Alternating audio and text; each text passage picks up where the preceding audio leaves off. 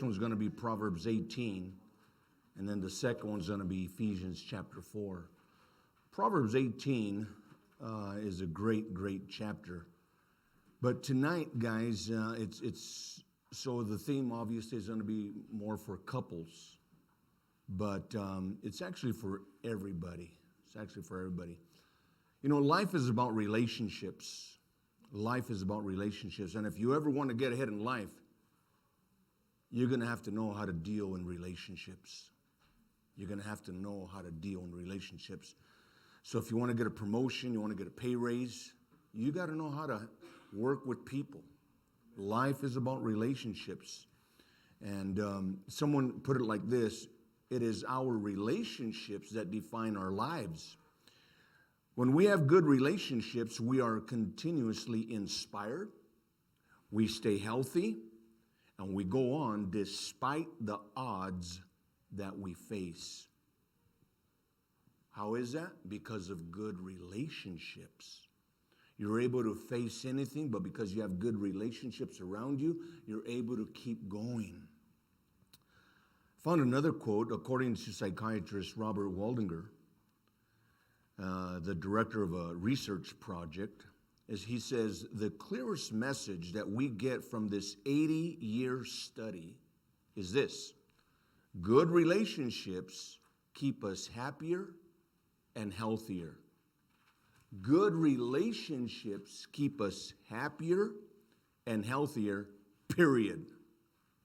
And then he clarifies and he says this: it's the quality of your close relationships that matter, not the quantity. So it's not about how many friends you have, it's about those you do have, and you make them close relationships.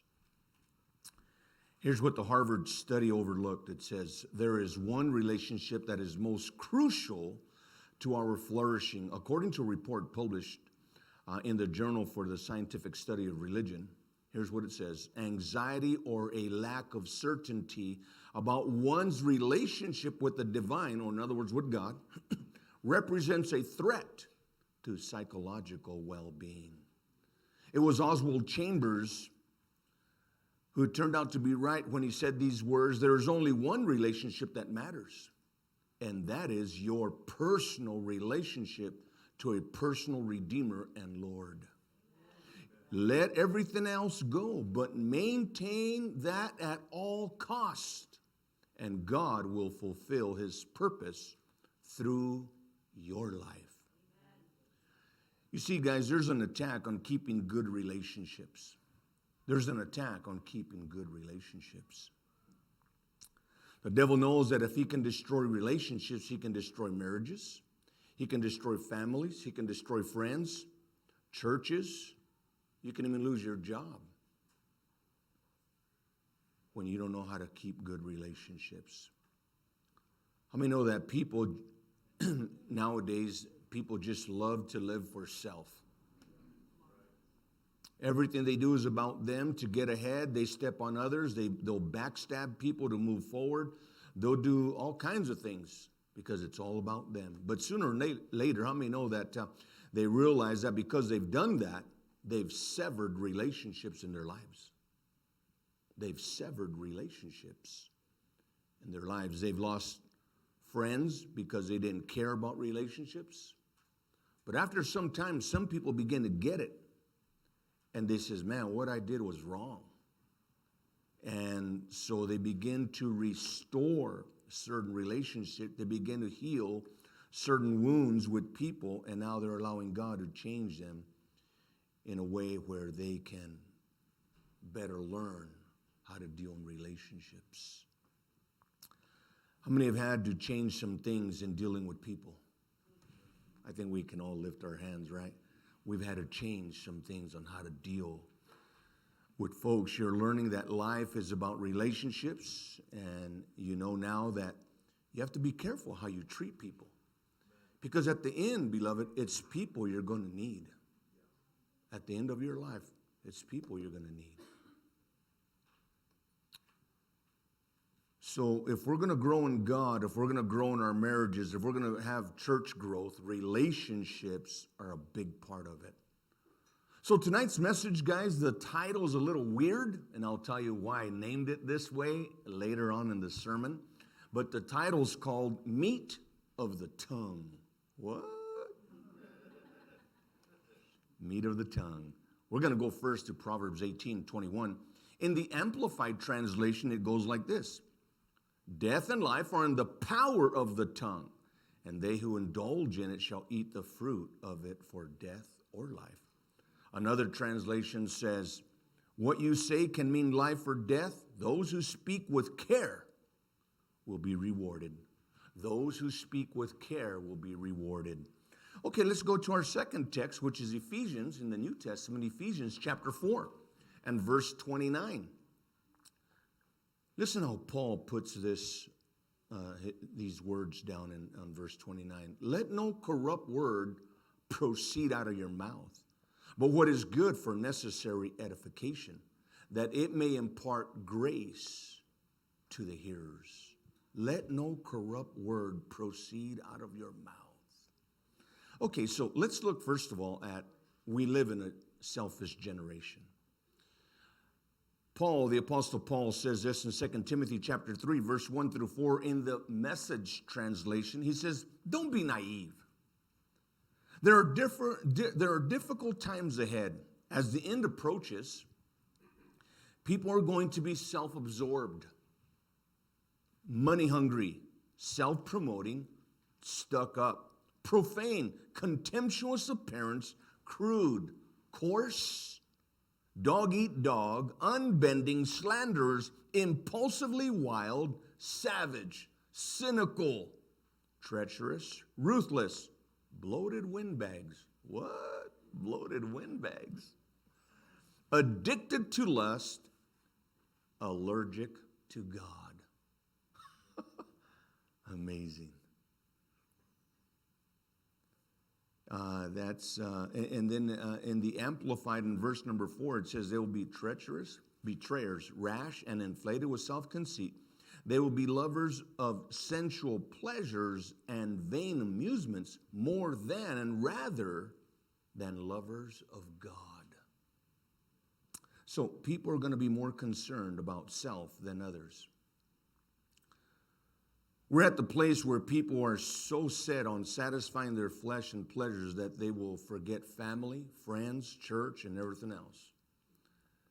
They'll be so set on doing their own thing and so self-centered that they will have little affection for anyone or anything else.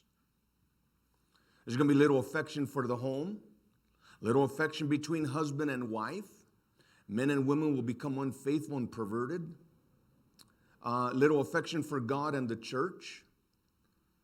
What we're seeing, guys, is that our land and our churches are falling apart because couples and families are falling apart. Couples and families are falling apart. You know, things are backwards nowadays. We see husbands and wives getting divorces while the homosexuals are lining up to get married. What? What's going on? Today, people want to change good for bad, wrong to right.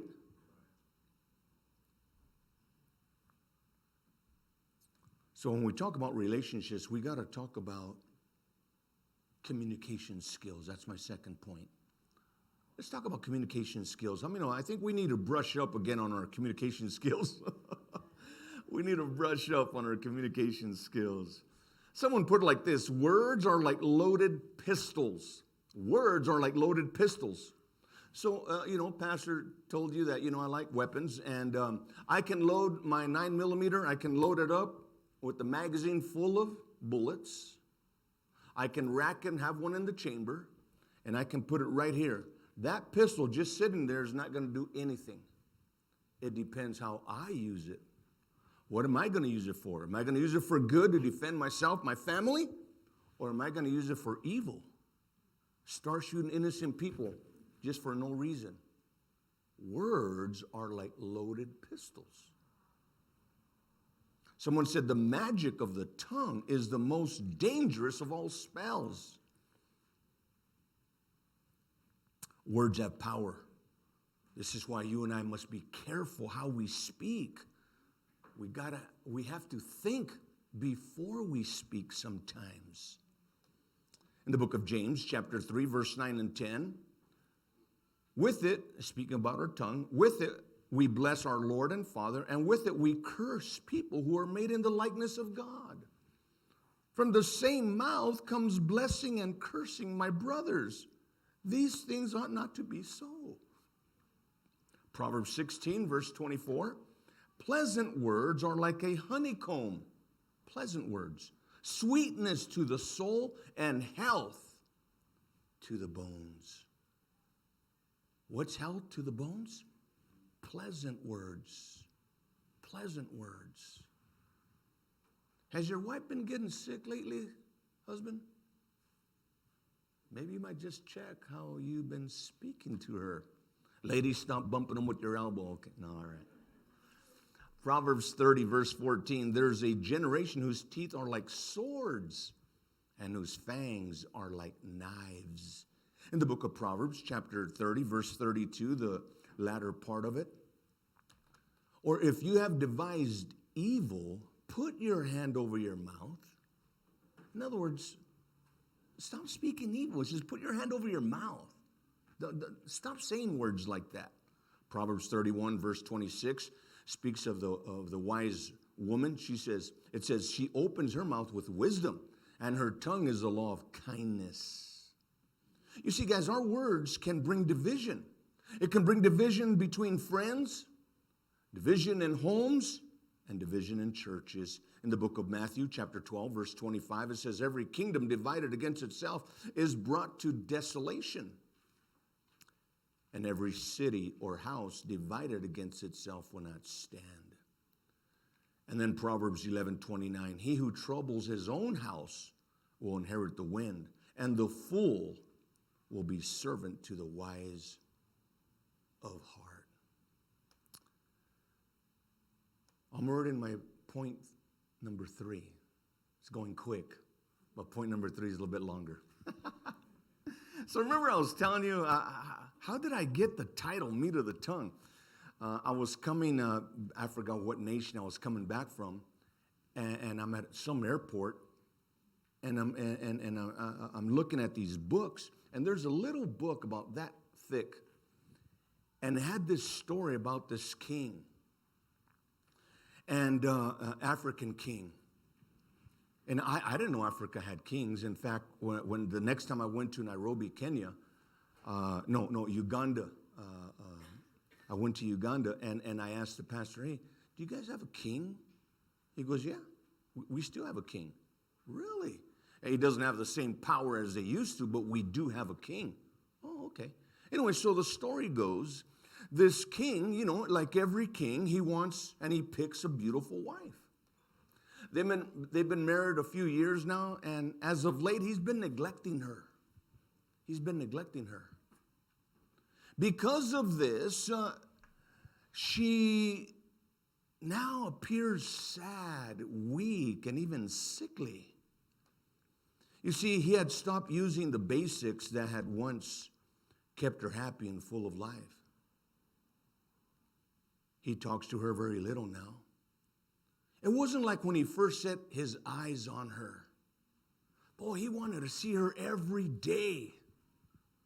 I mean, every day he wanted to see her. He would call her, he'd get on his phone, and he'd be talking to her. How you doing, girl? Good. What you up to? Oh, not much. And he would talk for hours. He'd hang up for about 10 minutes, and he'd call her back again. Hi there. She would say, what's going on? Oh, no, nothing. I just miss you already. But you just finished talking to me 10 minutes ago. Yeah, but I need to talk to you some more. Man, he would talk to her. Woo. He wanted to spend time with the girl. And she was loving it. She loved the attention. He would just sit there, and sometimes he would just sit there and he would just stare at her like this. And she goes, what are you looking at? He had those puppy-eyed dog looks, he's on. What are you looking at? At the most beautiful woman in the world. And she'd turn, she'd get all blush. Oh, man, come on, yeah. Whenever they'd walk by the sidewalk, he would always take the curbside, I don't know if you guys know that. A man always takes the curbside, and the girls on the inside. Why? If a car comes, right, and you guys are going to get hit, you protect the girl and you take the hit. Oh. That's why the guy takes the curbside. He was always used to, whenever they'd go into the car, he would always open the door for her. Honey, I can do that. No, girl. I don't want you scratching any of those nails you just got done. Close the door on her. Whenever they went to a restaurant, it didn't matter what restaurant, he would always pull out the chair. Come here, girl. Sit down. He was just always so proper. And she loved it. She loved it. But as the years went by, things started changing. Before he was always kind and respectful to her. When he was still dating her, he remembers that one time she was real down and he approached her. He says, "Girl, you okay?" And she's all like, "Well, I'm just going through some things and you wouldn't understand." "Oh, no, girl, I'll understand. Talk to me. Tell me. I'm here to listen." You see, guys, I don't know if you guys really know this. I don't know if your wife ever told you the truth, but when she first met you, she thought you were ugly. Excuse me, guys, I didn't say that, man. Your wife did, but when that guy, when he's like this, talking to her, and she's, "You really want to hear what I'm going through?" "Oh, yeah. You can talk to me, girl." So she starts just telling him everything. And he, just a simple touch. He's going, "Oh, he does care." Guys, I don't know if you know this. I don't know if she ever told you that, but it was that moment where she says, "He ain't that ugly. I think I'll marry him." That decided it for her because you cared for her. You were there. You were listening. Your eyes were on her. You gave her respect. You were kind. And she goes, "Wow, I could marry a guy like that." And you won her over. And you got married. And now a few years, like I said, a few years have gone by, and whenever they'd walk down on the streets, now he would put her on the curbside. And she goes, "How come you put me here?" "Oh, it's okay, girl, don't worry about it." And sometimes he would even nudge her. "What are you doing?" "Oh, sorry, I didn't know that." And she's noticing that he's different now. He hardly ever talks. Whenever she wants to talk to him, now like he's turned into caveman. He doesn't talk. He just grunts. "Huh? Honey, can you come over? Huh?" And it's all just grunts. She goes, "Is that the same man I married? When I was dating, he doesn't speak hardly." So anyways, one day, he still likes her, but he says, "Well, come on, girl. Let's go down to the marketplace." They're walking down the marketplace, and all of a sudden he sees this poor fisherman. And he's got a gorgeous, beautiful wife. And he goes, "Wow." He goes, "Hey, come over here." Fisherman's looking like, yeah, you, come over here. Fisherman comes to the king. "Yes, king?" He goes, "How do you do it?" "How do I do it? How do I do what?" "Your wife, look at her, man. She's gorgeous, dude. How do you keep her like that?" "Oh, my wife. Oh, I give her meat of the tongue." "What'd you say?" "Meat of the tongue." "You're pulling my leg." "I ain't pulling your leg." "Meat of the tongue." "Yeah." "You hear that, honey? You're going on a strict diet. Tongue only." "Oh, yeah." "No, come on." He calls his butchers and his cooks, and he says, "My wife is going to be on a strict diet. Give her cow tongue, lizard tongue. I don't care. Just give her tongue. That's all you're going to eat, girl." "Oh." He puts her on this strict diet. He doesn't see her for months. He wants to see her when she's all, looking better. Finally, he sees her and, what happened to you, girl? She's looking worse. He goes, come on, let's go find that fisherman. He brings her in. He sees him again at the marketplace. You, get over here. Yeah, get in. Yes, sir? Yeah, yes, sir. Look, meet you at the tongue. Look what you did to my wife. Oh, sorry, honey, you look ugly, man. Yeah, but he didn't even let him explain. He says, you know what? I'm the king, and I need a beautiful wife. Honey, sorry. He passes her to him, and he takes the fisherman's wife. He says, you're my wife now, and that's your wife later. He takes off with the new wife. The fisherman's like, let's go, girl. Months go by. The new wife, king looks, what happened to you, girl? I mean, a few months ago you were looking good. Now you ain't looking so good. And he's troubled by this. He doesn't know what's going on.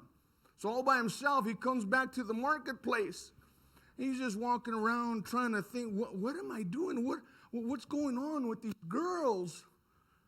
And then he sees this beautiful, gorgeous girl. He goes, no. Is it? It is. It was the ex. He goes, is that you? She saw him. She goes, yes.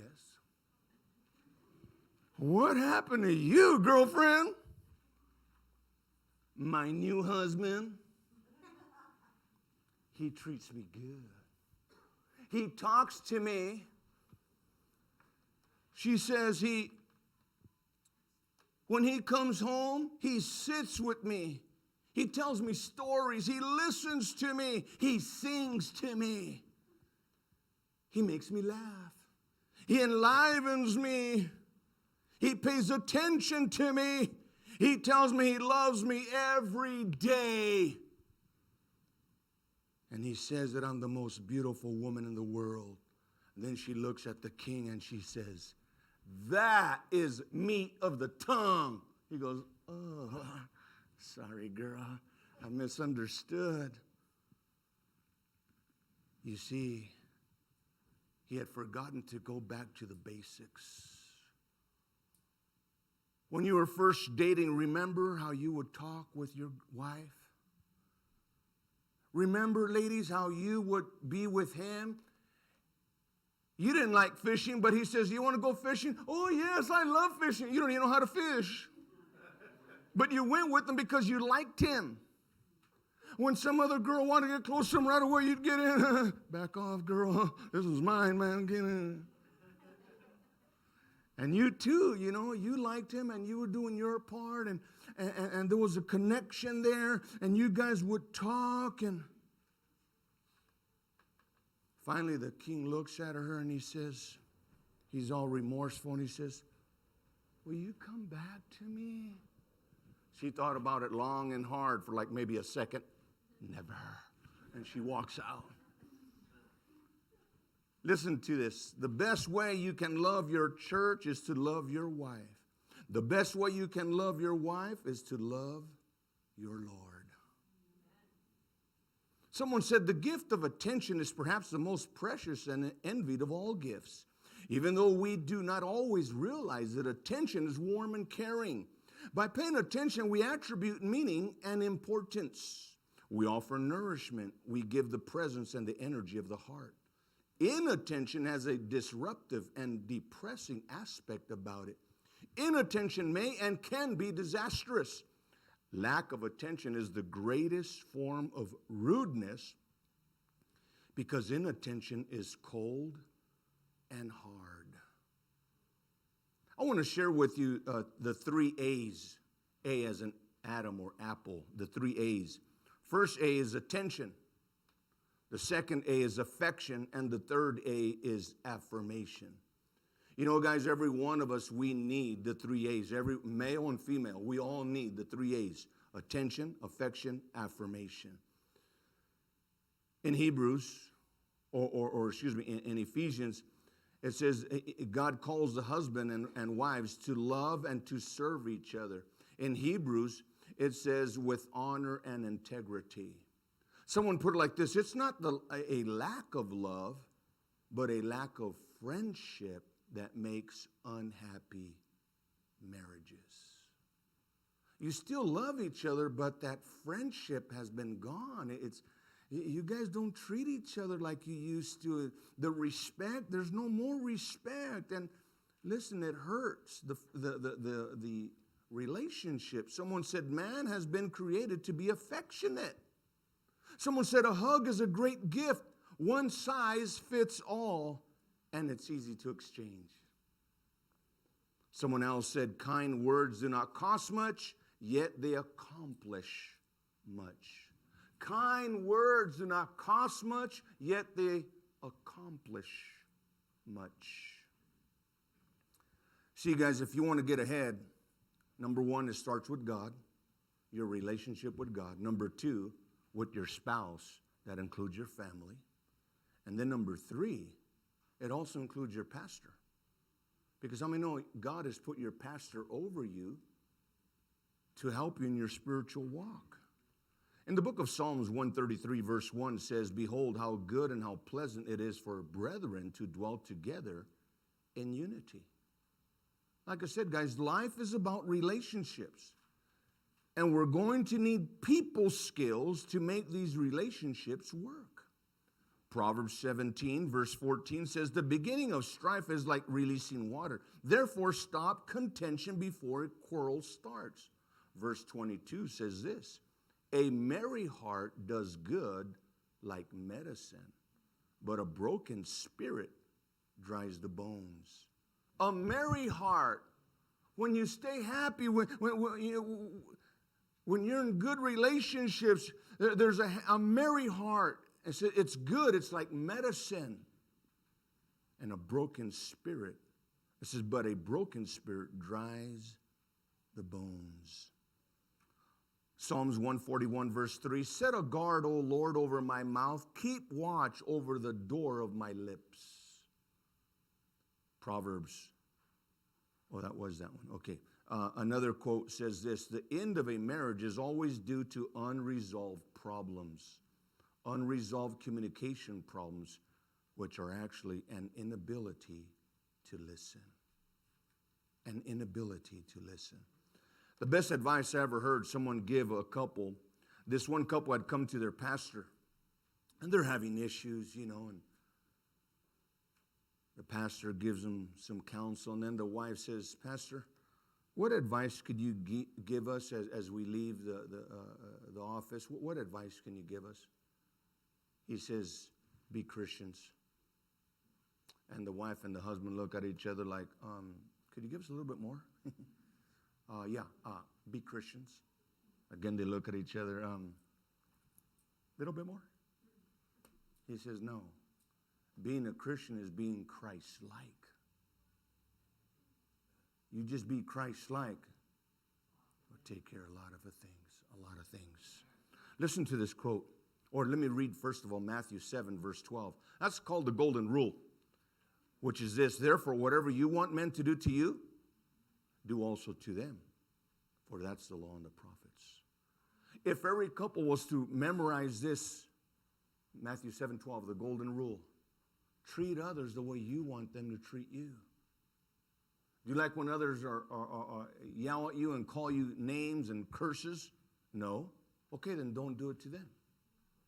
Do you like when others are kind and respectful to you? Yeah. Okay, then do it to them. That's the golden rule.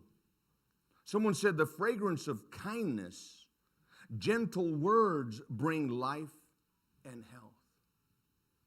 Where encouraging words are planted, hope, courage, and confidence grow. These words remove discouragement, stop the blues, and bring out the best in people. Gentle words are life-giving. They release potential and encourage us on to amazing accomplishments. It was E.M. Bounds who said these words, kind words are never wasted. Like scattered seeds, they spring up in unexpected places. kind words are never wasted. I believe people are desperate for the blessing of encouragement. And I believe many husbands and wives both need to hear good words spoken to each other. I found a poem. It's called Anyway. Listen to this. People are unreasonable, illogical, and self-centered. Love them anyway. If you do good, people will accuse you of selfish, ulterior motives. Do good anyway. If you're successful, and you will win false friends and enemies. Succeed anyway. The good you do will be forgotten tomorrow. Do good anyway. Honesty and frankness make you vulnerable. Be honest and frank anyways. What you spend years building may be destroyed overnight. Build anyway. People really need help, but may attack you if you help them. Help them anyways. Give the world the best you have and you'll get kicked in the teeth. Give the world the best you've got anyway. I want to conclude now. I shared with you 3 A's. I'm going to close with 3 F's. The first F is forgive each other. Forgive each other on a daily basis. Second F is fight. Fight for your marriage every day. The third F is forward.